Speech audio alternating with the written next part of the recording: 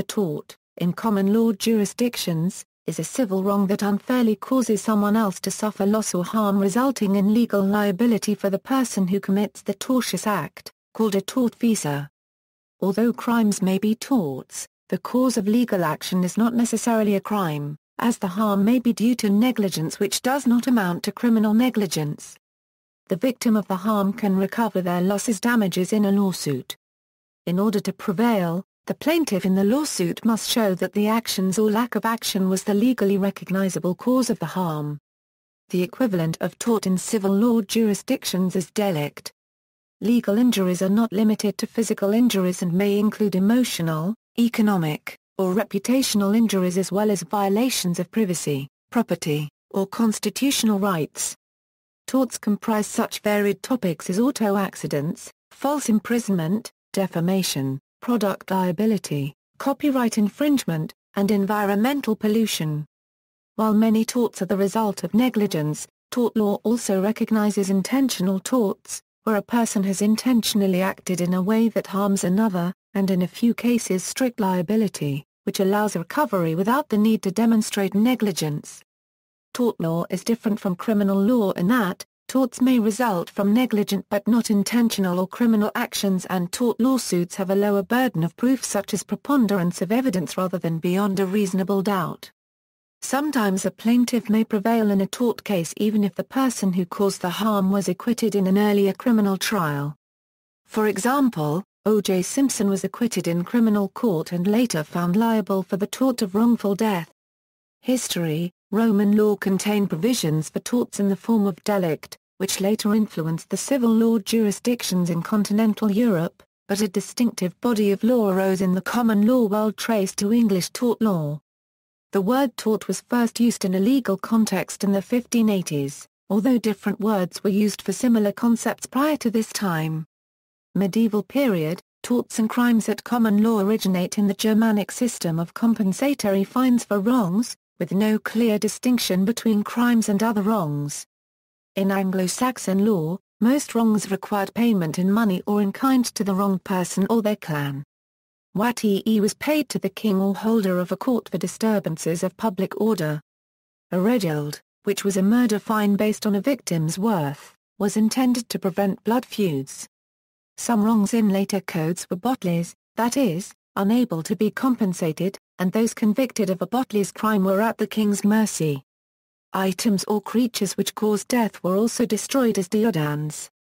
Assessing intention was a matter for the court, but Alfred's Code did distinguish unintentional injuries from intentional ones, whereas culpability depended on status, age, and gender. After the Norman conquest, fines were paid only to courts or the king, and quickly became a revenue source. A wrong became known as a tort or trespass, and there arose a division between civil pleas and pleas of the crown. The petty assizes were established in 1166 as a remedy for interference with possession of freehold land. The trespass action was an early civil plea in which damages were paid to the victim. If no payment was made, the defendant was imprisoned. The plea arose in local courts for slander, breach of contract, or interference with land, goods, or persons. Although the details of its exact origin are unclear, it became popular in royal courts so that in the 1250s the writ of trespass was created and made de cursu. However, it was restricted to interference with land and forcible breaches of the king's peace. It may have arisen either out of the a appeal of Philonia or a size of novel disseisin, or a plevin. Later, after the Statute of Westminster 1285, in the 1360s, the a trespass on the cassia action arose for when the defendant did not direct force. As its scope increased, it became simply a action on the cassia. The English Judicature Act passed 1873 through 1875 abolished the separate actions of trespass and trespass on the case. In 1401, the English case Bewley v. Fingham imposed strict liability for the escape of fire. Additionally, strict liability was imposed for the release of cattle. Negligently handling fire was of particular importance in these societies given capacity for destruction and relatively limited firefighting resources. Liability for common carrier, which arose around 1400, was also emphasized in the medieval period. Unintentional injuries were relatively infrequent in the medieval period. As transportation improved and carriages became popular in the 18th and 19th centuries, however, collisions and carelessness became more prominent in court records. In general, scholars of England such as William Blackstone took a hostile view to litigation, and rules against champerty in maintenance and vexatious litigation existed. The restriction on assignment of a cause of action is a related rule based on public policy. United States influence. The rights of victims to receive redress was regarded by later English scholars as one of the rights of Englishmen. Blackstone's Commentaries on the Laws of England, which was published in the late 18th century, contained a volume on private wrongs as torts and even used the word tort in a few places. The United States tort law was influenced by English law and Blackstone's treatise, with several state constitutions specifically providing for redress for torts in addition to reception statutes which adopted English law. However, tort law was viewed as relatively undeveloped by the mid-19th century. The first American treatise on torts was published in the 1860s, but the subject became particularly established when Oliver Wendell Holmes, Jr. wrote on the subject in the 1880s.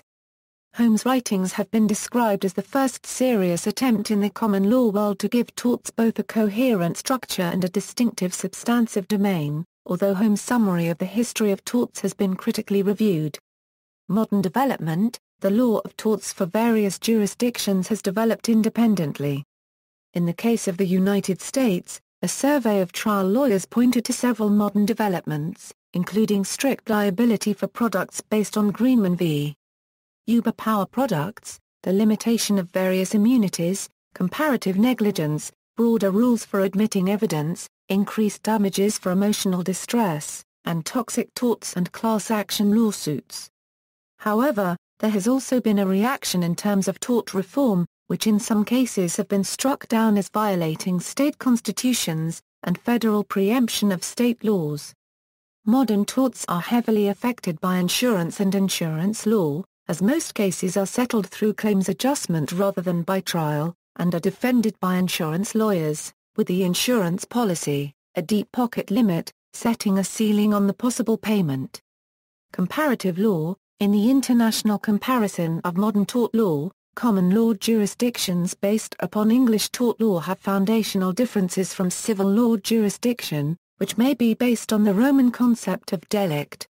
Even among common law countries, however, significant differences exist. For example, in England legal fees of the winner are paid by the loser. Common law systems include United States tort law, Australian tort law, Canadian tort law, Irish tort law, and Scots law of delict. Israeli law of rabbinic damages is another example, although tort law in Israeli law is technically similar to English law as it was enacted by British Mandate of Palestine authorities in 1944 and took effect in 1947. There is more apparent split between the Commonwealth countries and the United States, although Canada may be more influenced by the United States due to its proximity. The United States has been perceived as particularly prone to filing tort lawsuits even relative to other common law countries, although this perception has been criticized and debated. As of 1987, class actions were relatively uncommon outside of the United States. As of 1987, English law was less generous to the plaintiff in the following ways: contingent fee arrangements were restricted, English judges tried more decisions and set damages rather than juries. Wrongful death lawsuits were relatively restricted, punitive damages were relatively unavailable, the collateral source rule was restricted, and strict liability, such as for product liability, was relatively unavailable. England's welfare state, such as free healthcare through National Health Service, may limit lawsuits. On the other hand, as of 1987 England had no workers' compensation system and lawsuits due to workplace injuries were relatively common and facilitated by trade unions, whereas in the United States the system of workers' compensation insurance prohibits lawsuits against the employer, although lawsuits against third parties such as manufacturers does occur. The United States also has faced a rise in no-fault insurance for automobile liability in several states. In England, Ombudsmen may also take cases which could alternatively become tort lawsuits. When comparing Australia and the United States, Australia's tort law is similarly state law. However, there is a federal common law for torts unlike the United States. The influence of the United States on Australia has been limited. The United States may have influenced Australia's development of strict liability for products indirectly through legislation affected by European Union, and in the 1990s class actions were introduced in Australia. Australia has universal healthcare and welfare state systems which also limit lawsuits. In New Zealand, a no-fault accident compensation system has limited the development of personal injury torts. Conflict of laws. In certain instances, different jurisdictions' law may apply to a tort, in which case rules have developed for which law to apply. This occurs particularly in the United States, where each of the 50 states may have different state laws, but also may occur in other countries with a federal system of states, or internationally. Categories. Torts may be categorized in several ways, with a particularly common division between negligent and intentional torts. Quasi-torts may be used to refer to torts which are similar to but somewhat different from typical torts. Particularly in the United States, collateral tort is used to refer to torts in labor law such as intentional infliction of emotional distress or wrongful dismissal.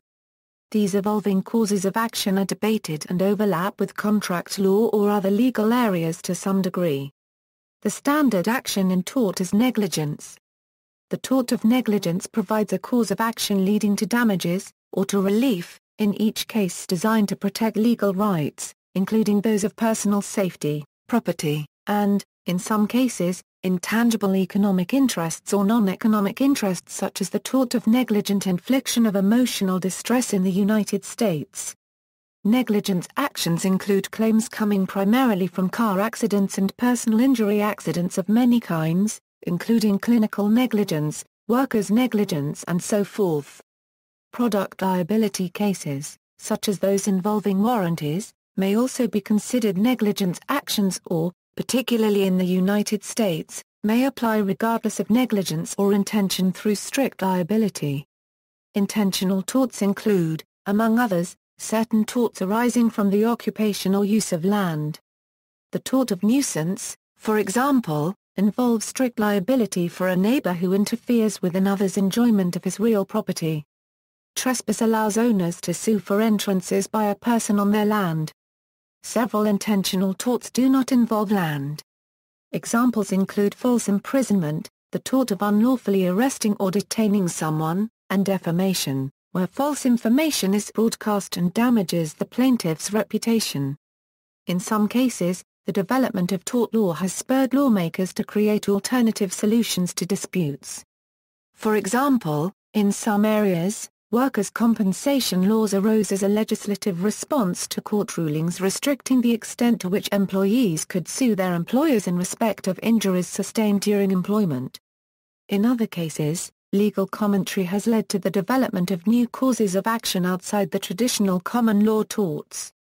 These are loosely grouped into quasi-torts or liability torts. Negligence. Negligence is a tort which arises from the breach of the duty of care owed by one person to another from the perspective of a reasonable person. Although credited as appearing in the United States in Brown v. Kendall, the later Scottish case of Donegal v. Stevenson, 1932, followed in England, brought England into line with the United States and established the tort of negligence as opposed to negligence as a component in specific actions. In Donegal, Mrs. Donegal drank from an opaque bottle containing a decomposed snail and claimed that it had made her ill. She could not sue Mr. Stevenson for damages for breach of contract and instead sued for negligence. The majority determined that the definition of negligence can be divided into four component parts that the plaintiff must prove to establish negligence. The elements in determining the liability for negligence are: the plaintiff was owed a duty of care through a special relationship or some other principle, there was a dereliction or breach of that duty, the tortfeasor directly caused the injury, but for the defendant's actions, the plaintiff would not have suffered an injury. The plaintiff suffered damage as a result of that breach, the damage was not too remote. there was proximate cause to show the breach caused the damage. In certain cases, negligence can be assumed under the doctrine of res ipsa loquitur. Particularly in the United States, a related concept is negligence per se. Proximate cause. Proximate cause means that you must be able to show that the harm was caused by the tort you are suing for. The defense may argue that there was a prior cause or a superseding intervening cause. A common situation where a prior cause becomes an issue is the personal injury car accident, where the person re-injures an old injury. For example, someone who has a bad back is injured in the back in a car accident. Years later he is still in pain.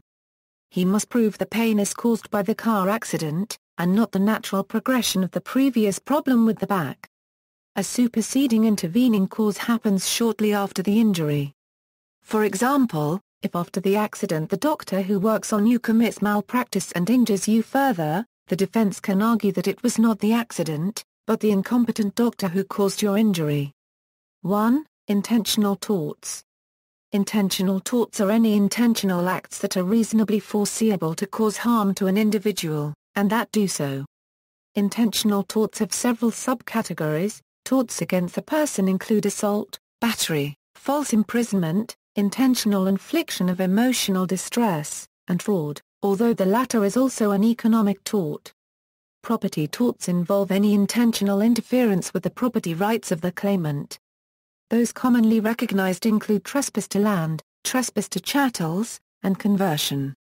An intentional tort requires an overt act, some form of intent, and causation.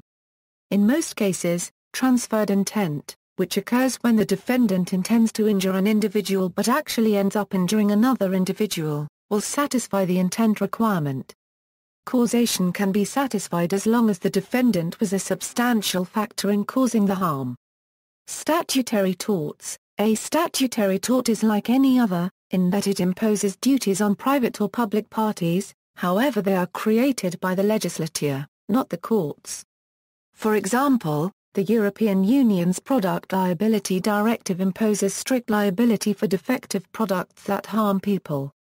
Such strict liability is not uncommon although not necessarily statutory. As another example, in England common law liability of a landowner to guests or trespassers was replaced by the Occupiers Liability Act 1957. A similar situation occurred in the U.S. state of California in which a judicial common law rule established in Rowland v. Christian was amended through a 1985 statute. Statutory torts also spread across workplace health and safety laws and health and safety in food. In some cases federal or state statutes may preempt tort actions, which is particularly discussed in terms of the U.S. FDA preemption. Although actions in the United States for medical devices are preempted due to Riegel v. Medtronic, Incorporated, actions for medical drugs are not due to YF v. Levine. Nuisance.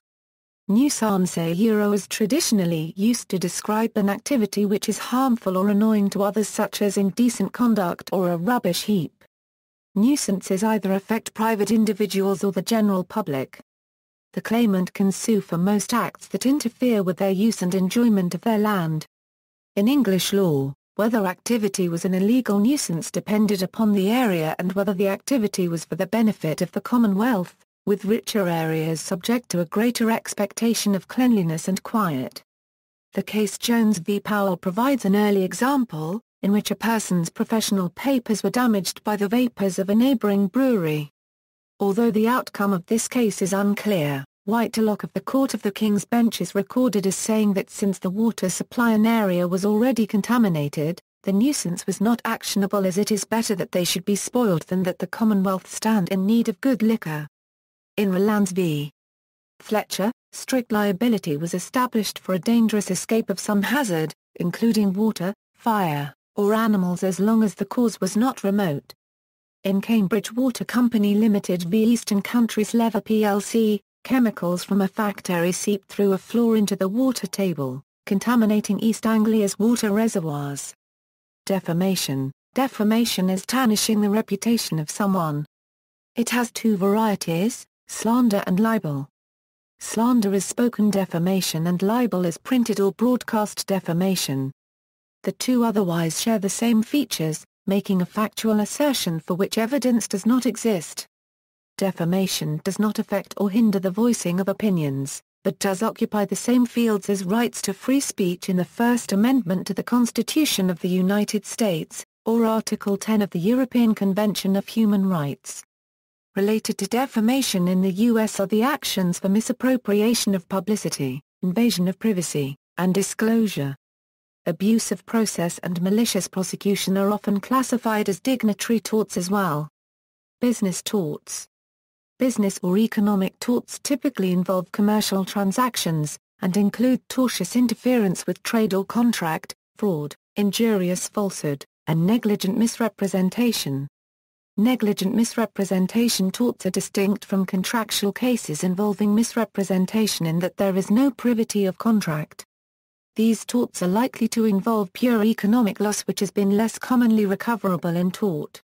One criterion for determining whether economic loss is recoverable is the foreseeability doctrine. The economic loss rule is highly confusing and inconsistently applied. In 2010, the Supreme Court of the U.S. State of Washington replaced the economic loss doctrine with an independent duty doctrine. Economic antitrust torts has been somewhat submerged by modern competition law. However, in the United States, private parties are permitted in certain circumstances to sue for anti-competitive practices, including under federal or state statutes or on the basis of common law tortious interference, which may be based upon the Restatement of Torts A Section 766. Federal laws include the Sherman Antitrust Act of 1890 followed by the Clayton Antitrust Act, which restrict cartels and through Federal Trade Commission regulate mergers and acquisitions. In the European Union, Articles 101 and 102 of the Treaty on the Functioning of the European Union apply, but allowing private actions to enforce antitrust laws is under discussion. Negligent misrepresentation as tort where no contractual privity exists was disallowed in England by Derry v. Peake, 1889. However, this position was overturned in Hetley-Burn v. Heller in 1964 so that such actions were allowed if a special relationship existed between the plaintiff and defendant. United States courts and scholars paid lip service to Derry.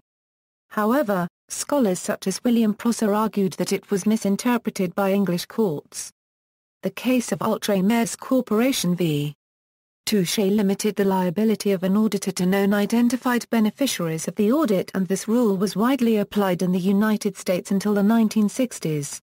The Restatement of Torts expanded liability to foreseeable users rather than specifically identified foreseen users of the information, dramatically expanding liability and affecting professionals such as accountants, architects, attorneys, and surveyors. As of 1989, most U.S. jurisdictions follow either the Ultra-Mares approach or the Restatement approach.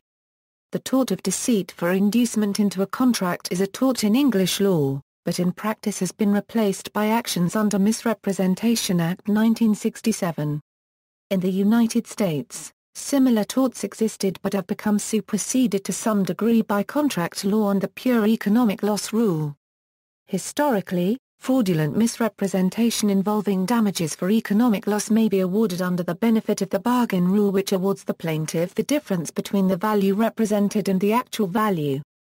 Beginning with Stiles v. White in Massachusetts, this rule spread across the country as a majority rule with the out-of-pocket damages rule as a minority rule. Although the damages under the benefit of the bargain are described as compensatory, the plaintiff is left better off than before the transaction. The economic loss rule which emerged in the 20th century would eliminate these losses if applied strictly, which has led to preclusion of the tort or an exception to allow the tort if not related to a contract. Liability, defenses, and remedies. Indirect liability may arise due to some involvement, notably through joint and several liability doctrines as well as forms of secondary liability. Liability may arise through enterprise liability. Other concepts include market share liability, vicarious liability. In certain cases, a person might be liable for their employee or child under the law of agency through the doctrine of respondit superior. For example, If a shop employee spilled cleaning liquid on the supermarket floor and a victim fell and suffered injuries, the plaintiff might be able to sue either the employee or the employer. There is considerable academic debate about whether vicarious liability is justified on no better basis than the search for a solvent defendant, or whether it is well-founded on the theory of efficient risk allocation. Defenses. A successful defense absolves the defendant from full or partial liability for damages. Apart from proof that there was no breach of duty, there are three principal defenses to tortious liability. Consent and warning. Typically, a victim cannot hold another liable if the victim has implicitly or explicitly consented to engage in a risky activity. This is frequently summarized by the maxim valenti non fit injuria. In many cases, those engaging in risky activities will be asked to sign a waiver releasing another party from liability. For example, spectators to certain sports are assumed to accept a risk of injury, such as a hockey puck or baseball striking a member of the audience. Warnings by the defendant may also provide a defense depending upon the jurisdiction and circumstances. This issue arises, for example, in the duty of care that landowners have for guests or trespassers, known as occupiers' liability. Comparative or contributory negligence. If the victim has contributed to causing their own harm through negligent or irresponsible actions, the damages may be reduced or eliminated entirely. The English case Butterfield v. Forrester established this defense. In England, this contributory negligence became a partial defense, but in the United States, any fault by the victim completely eliminated any damages. This meant that if the plaintiff was 1% at fault, the victim would lose the entire lawsuit. This was viewed as unnecessarily harsh and therefore amended to a comparative negligence system in many states. As of 2007, contributory negligence exists in only a few states such as North Carolina and Maryland. In comparative negligence, the victim's damages are reduced according to the degree of fault. Comparative negligence has been criticized as allowing a plaintiff who is recklessly 95% negligent to recover 5% of the damages from the defendant. Economists have further criticized comparative negligence as not encouraging precaution under the calculus of negligence. In response, many states now have a 50% rule where the plaintiff recovers nothing if the plaintiff is more than 50% responsible. Illegality. If the claimant is involved in wrongdoing at the time the alleged negligence occurred, this may extinguish or reduce the defendant's liability.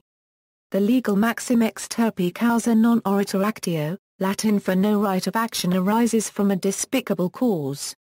Thus, if a burglar is verbally challenged by the property owner and sustains injury when jumping from a second-story window to escape apprehension, there is no cause of action against the property owner even though that injury would not have been sustained but for the property owner's intervention. Other defenses and immunities. Historically, immunity has been granted to governments under sovereign immunity and to charitable organizations under charitable immunity, although these have eroded in the United States. Various laws limit liability when giving aid to a person in need. Liability can arise from a failure to help due to the duty to rescue. Remedies. The main remedy against tortious loss is compensation in damages or money. In a limited range of cases, tort law will tolerate self-help, such as reasonable force to expel a trespasser. This is a defense against the tort of battery. Further, in the case of a continuing tort, or even where harm is merely threatened, the courts will sometimes grant an injunction, such as in the English case Miller v. Jackson. This means a command, for something other than money by the court, such as restraining the continuance or threat of harm. Usually injunctions will not impose positive obligations on tortfeasors, but some Australian jurisdictions can make an order for specific performance to ensure that the defendant carries out their legal obligations, especially in relation to nuisance matters. Theory and reform. Scholars and lawyers have identified conflicting aims for the law of tort, to some extent reflected in the different types of damages awarded by the courts: compensatory, aggravated, and punitive. British scholar Glanville Williams notes four possible bases on which different torts rested: appeasement, justice, deterrence and compensation. From the late 1950s, a group of legally oriented economists and economically oriented lawyers known as law and economics scholars emphasized incentives and deterrence, and identified the aim of tort as being the efficient distribution of risk. Ronald Coase, a principal proponent, argued in The Problem of Social Cost that the aim of tort should be to reflect as closely as possible liability where transaction costs should be minimized. Since the mid to late 20th century, calls for reform of tort law have come from various perspectives. Some calls for reform stress the difficulties encountered by potential claimants. For example, because not all people who have accidents can find solvent defendants from which to recover damages in the courts, P.S. Attior has called the situation a damages lottery. Consequently, in New Zealand, the government in the 1960s established a no-fault system of state compensation for accidents. Similar proposals have been the subject of command papers in the UK and much academic debate. In the US, reform has typically limited the scope of tort law and damages available, such as limiting joint and several liability, the collateral source rule, or capping non-economic damages for emotional distress or punitive damages. These reform statutes are sometimes rejected as unconstitutional under the state constitutions by state supreme courts, with the Seventh Amendment to the United States Constitution possibly also relevant. Theoretical and policy considerations are central to fixing liability for pure economic loss and of public bodies. Relationship to contract law. Tort is sometimes viewed as the causes of action which are not defined in other areas such as contract or fiduciary law. However, tort and contract law are similar in that both involve a breach of duties, and in modern law these duties have blurred and it may not be clear whether an action sounds in tort or contract. If both apply and different standards apply for each, courts will determine which is the gravamen. Circumstances such as those involving professional negligence may involve both torts and contracts. The choice may affect time limits or damages, particularly given that damages are typically relatively limited in contract cases while in tort cases non-economic damages such as pain and suffering may be awarded. Punitive damages are relatively uncommon in contractual cases versus tort cases. However, compensation for defective but not unsafe products is typically available only through contractual actions through the law of warranty. In the United Kingdom, plaintiffs in professional negligence cases have some degree of choice in which law while in commercial transactions contract law applies. In unusual cases, intangible losses have been awarded in contract law cases. In the United States, the pure economic loss rule has been used to mark the boundary between tort and contract law cases, and courts may consider a case which involves both causes to fall under only one area of law. This economic loss rule was adopted by the Supreme Court of the United States East River Steamship Corp v. Transamerica de Laval Incorporated and has expanded across the country in a non-uniform manner, leading to confusion.